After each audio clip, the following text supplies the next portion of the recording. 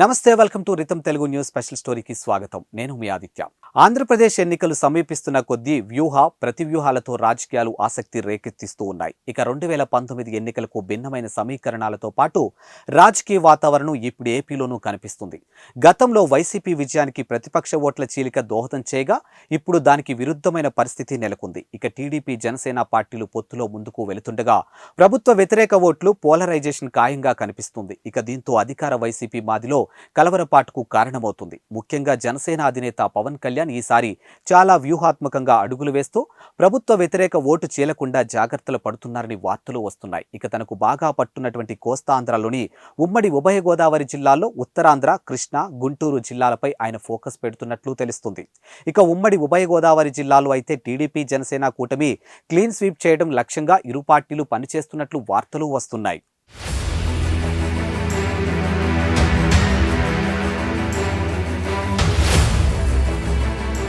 ఈ నేపథ్యంలో జనసేనాని పవన్ కళ్యాణ్ ఎక్కడి నుంచి పోటీ చేయాలి, ఇక జనసేన పార్టీకి ఎన్ని సీట్లు దక్కించుకోవాలి, మిత్రపక్షం టీడీపీకి ఏ స్థానాల్లో సపోర్ట్ చేయాలి అనే అంశాలపై ఇటు పవన్ కళ్యాణ్ దృష్టి సారిస్తూ ఉన్నారు. ఈ క్రమంలోనే ఆయన ఇటు తూర్పుగోదావరి, అటు పశ్చిమ గోదావరి జిల్లాల నుంచి ఎన్నికల బరిలోకి దిగటానికి నిర్ణయించినట్లు విశ్వసనీయ సమాచారం ద్వారా తెలుస్తోంది. గతంలో పోటీ చేసి ఓడిపోయినటువంటి భీమవరంలో ఆయనకు ఇప్పటికే ప్రజలు బ్రహ్మరథం పడుతూ ఉన్నారు. మరోవైపు తూర్పుగోదావరి జిల్లా నుంచి తమ నియోజకవర్గంలో పోటీ చేయాలంటూ నేతలు ఆహ్వానాలు పలుకుతూ ఉన్నారు. ఈ క్రమంలోనే పవన్ కళ్యాణ్ సంచలన స్టెప్ తీసుకున్నట్లు తెలుస్తుంది. ఇక భీమవరం అసెంబ్లీ నుంచి, కాకినాడ పార్లమెంట్ స్థానం నుంచి ఎన్నికల బరిలో నిలవటానికి ఆయన సిద్ధమైనట్లు తెలుస్తుంది. ఇలా అసెంబ్లీకి, పార్లమెంటుకు ఒకేసారి బరిలో నిలిస్తే 2 జిల్లాల్లోని క్యాడర్కు బూస్టప్ గా ఉంటుందని జనసేనాని భావిస్తున్నారు. ఇక దీంతో ఈ 2 స్థానాల్లో పోటీకి సంబంధించినటువంటి ప్రకటన త్వరలోనే రానుందని విశ్వసనీయ వర్గాల ద్వారా తెలుస్తుంది.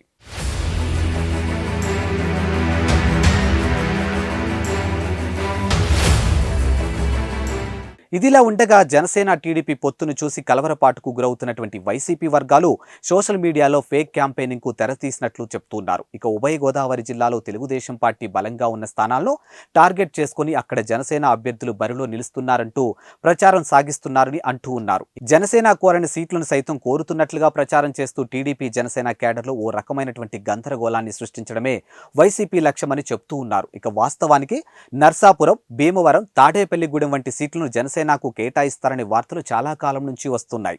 కానీ టీడీపీ చాలా స్ట్రాంగ్ గా ఉన్న తణుకు, పాలకొల్లు వంటి స్థానాలను సైతం జనసేనకు ఇస్తారని, అక్కడే టీడీపీ అభ్యర్థులు పోటీ చేయరని వైసీపీ సోషల్ మీడియా ప్రచారం సాగిస్తుంది.